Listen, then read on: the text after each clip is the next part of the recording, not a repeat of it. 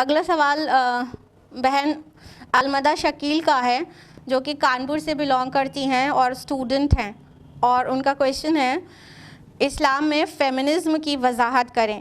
کیا اسلام میں feminism word exist کرتا ہے اور اگر نہیں تو کیوں؟ بہت اچھا سوال ہے۔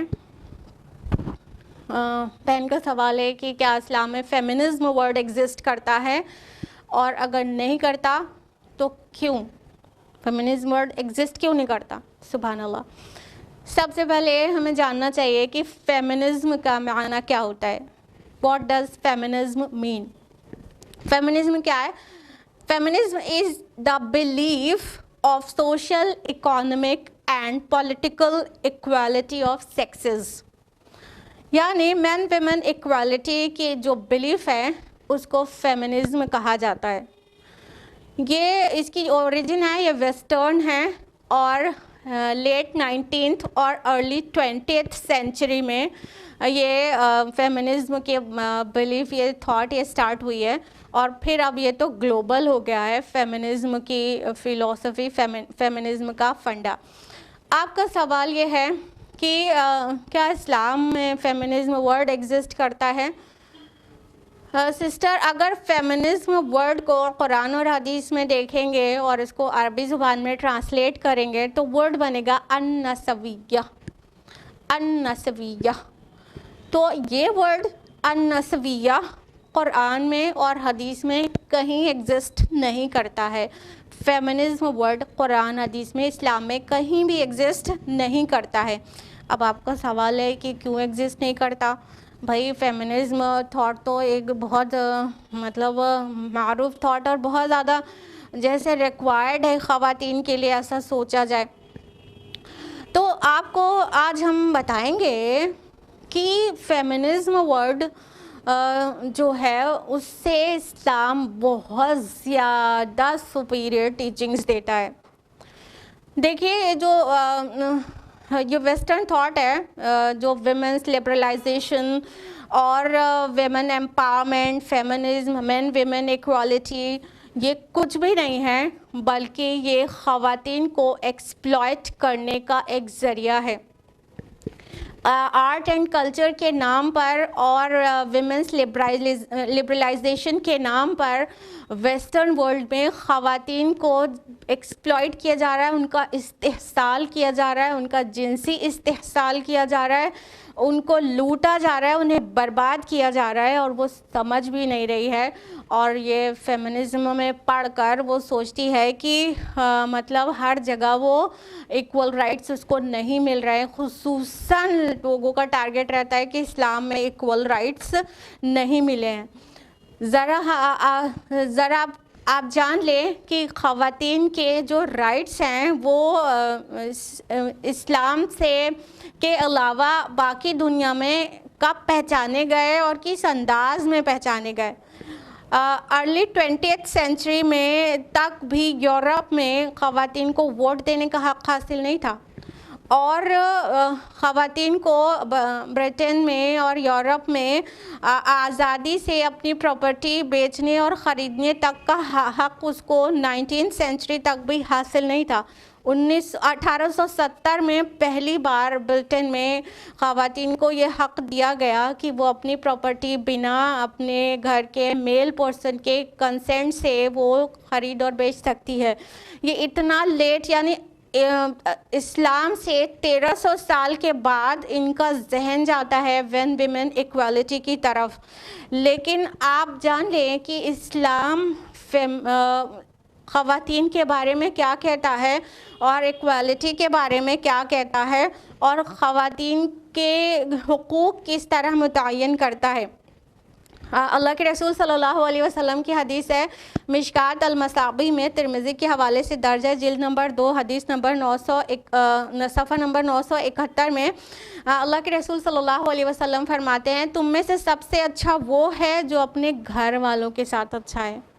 یہ ہے پوزیشن عورتوں کی گھر کے اندر، تم میں سے سب سے اچھا وہ ہے جو اپنے گھر والوں کے ساتھ اچھا ہے۔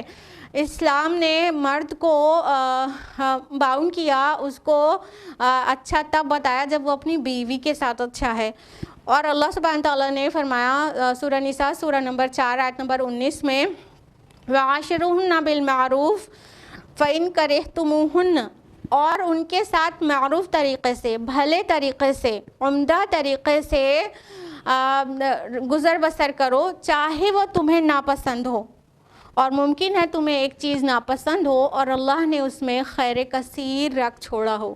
سبحان اللہ، یہ ہے ہمارا اللہ، اور یہ ہمارا حق رکھا ہے سوسائٹی میں، یہ ہمارا سوشل رائٹ ہے کہ اللہ تعالیٰ کہہ رہے ہیں کہ اگر تم کو اپنی بیوی پسند نہ بھی ہو تب بھی اس کے ساتھ بہت عمدگی سے گزر بسر کرو، کیونکہ ہو سکتا ہے ایک چیز تمہیں ناپسند ہو، اس کے اندر بہت ساری دیگر بھلائیاں ہو۔ یہ ہے خواتین کا حق اسلام میں، سوشل رائٹ۔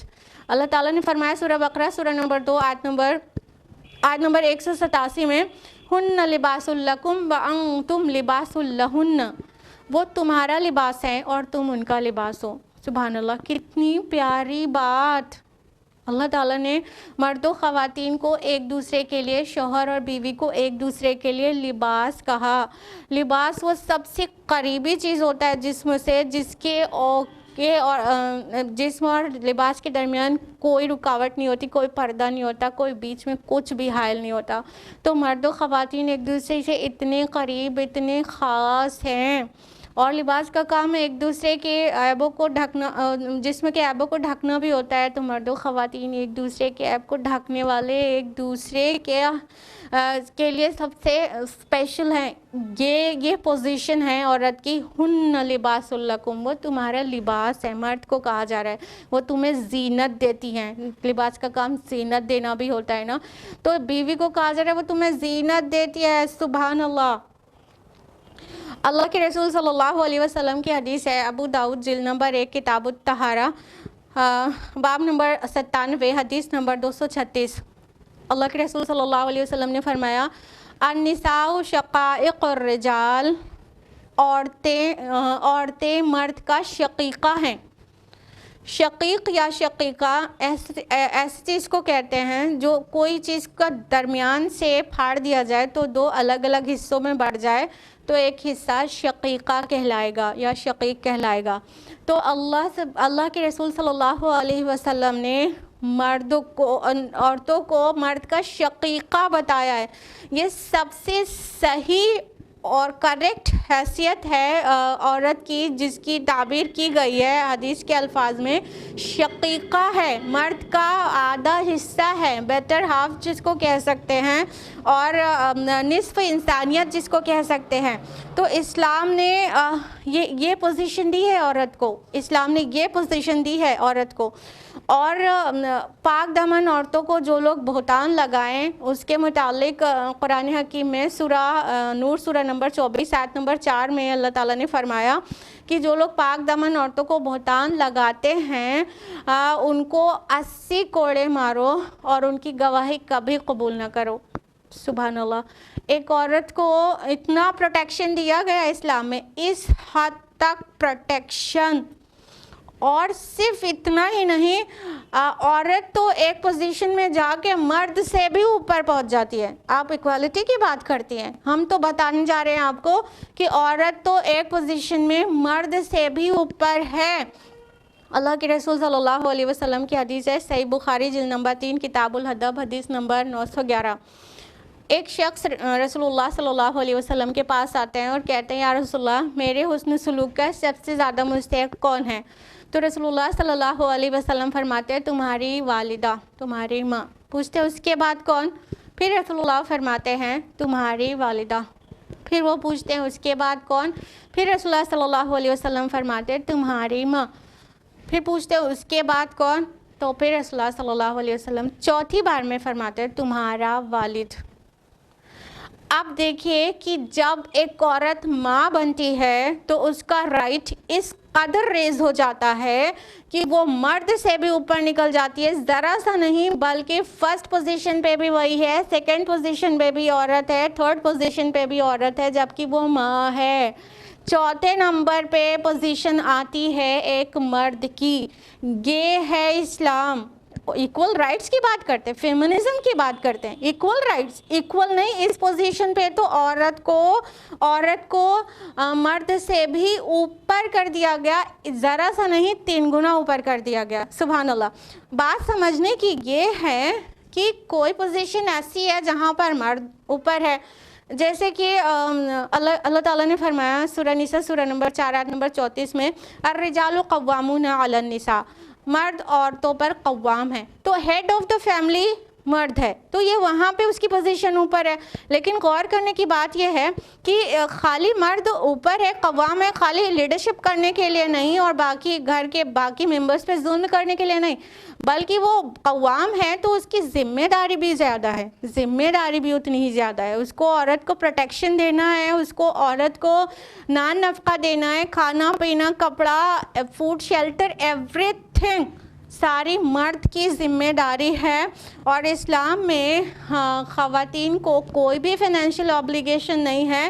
جتنی بھی مالی ذمہ داریاں ہیں وہ سب اسلام نے مرد کے کندھے پر ڈالی ہے. مرد کے کندھے پر عورت کو کوئی بھی دور میں, چاہے وہ بیٹی ہے, چاہے وہ بہن ہے, چاہے وہ بیوی ہے, چاہے وہ ماں ہے, چاہے وہ گرینڈ مدر ہے, وہ کسی بھی ایج گروپ میں اپنے لیے خود سے کمانے کی اس کو ضرورت نہیں ہے. مردوں کی ذمہ داری ہے کہ اسے کما کر کھلائیں. اگر وہ کماتی ہے تو وہ اپنا پیسہ کہاں خرچ کر رہی ہے یہ بھی شوہر کو پوچھنے کا کیا حق نہیں ہے. تو عورت کو فائنینشیل آبلیگیشن سے بالکل بری ذمہ رکھا گیا ہے.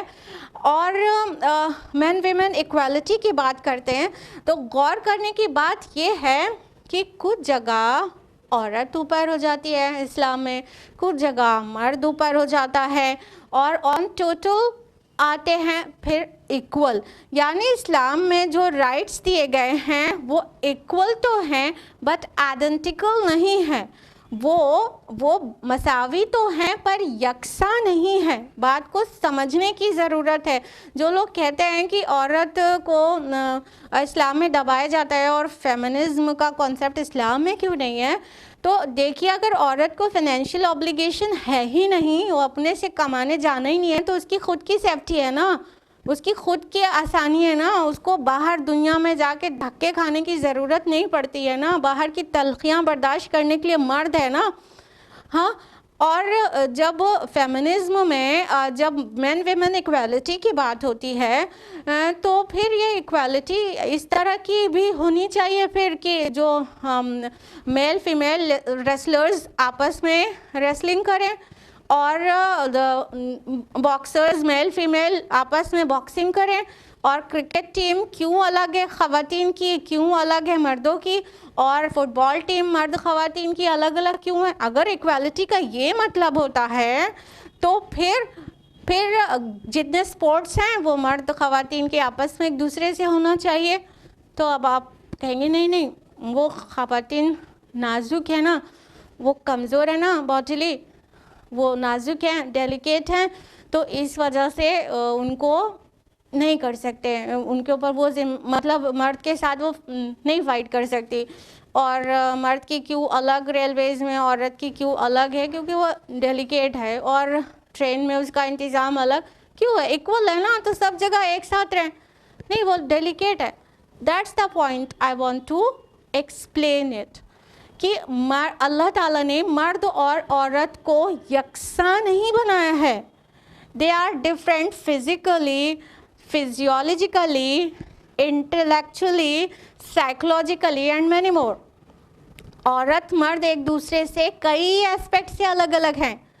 مرد کو اللہ تعالیٰ نے جسمانی طاقت زیادہ دی ہے, عورت کو کم دی ہے. عورت کے اندر جذبات زیادہ ہیں, سائیکولوجیکلی وہ مرد سے ڈفرینٹ ہے, اور فزیولوجیکلی بھی سبھی جانتے ہیں کہ بہت ڈفرینٹ ہے عورت اور مرد. بات یہ ہے کہ مرد اور عورت آپس میں پیر ہیں, پیر, ہاں جوڑا ہے نا. جس طرح جوتے کا پیر ہوتا ہے, شوز کا پیر ہوتا ہے, وہ کیا بالکل یکساں ہوتا ہے کیا؟ نہیں نا, ایک داہنا ہوتا ہے, ایک بایاں ہوتا ہے, لیفٹ رائٹ الگ الگ ہوتا ہے, سم تھنگ نا ڈفرینٹ ہوتا ہے نا. لیکن وہ دونوں مل کے ایک پرٹیکولر